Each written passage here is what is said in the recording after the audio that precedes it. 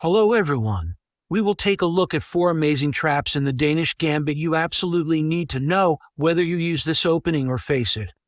They can catch your opponents completely off guard if you use them correctly. Let's go.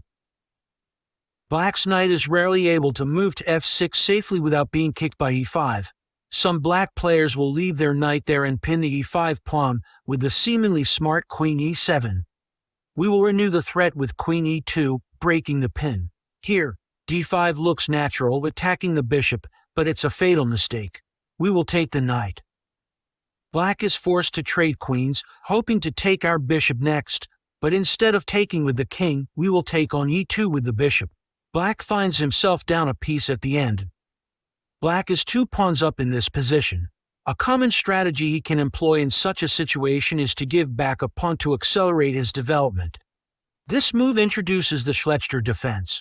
We take with the bishop. Black has to know his stuff here, otherwise bad things can happen. For example, the natural c6, attacking the bishop is met with the sudden bishop f7 check. Black cannot touch the bishop because his king needs to protect the queen, so he has to move his king to e7. But bishop a3 check ends the game. The black king has to leave the queen unprotected and we will finally grab it, winning the game. Before we move on, I need to warn you. The same combination doesn't work after knight f6. Here, we apparently win the queen in the same way as before, but the knight is already on f6, and this small detail makes all the difference. What does black play here? Bishop b4 check with a discovered attack on the queen. Queen back to d2 is best, at least not encouraging black to develop his rook. After bishop takes and knight takes, material is equal and the position is balanced. The best move in this position for white is queen b3, keeping the queens on the board and playing against the weak king on e7. If you play this position as white, you will frequently see the move bishop b4 check, developing a piece with gain of time.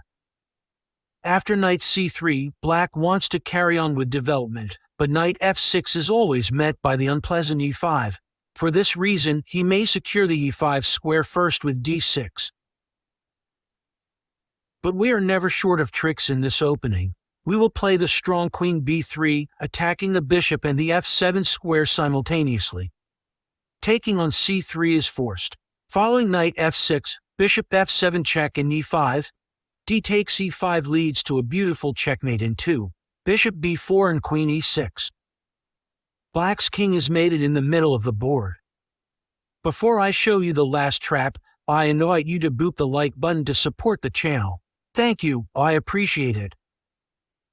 In the Danish Gambit, the 2 white bishops operate as real beasts on their open diagonals.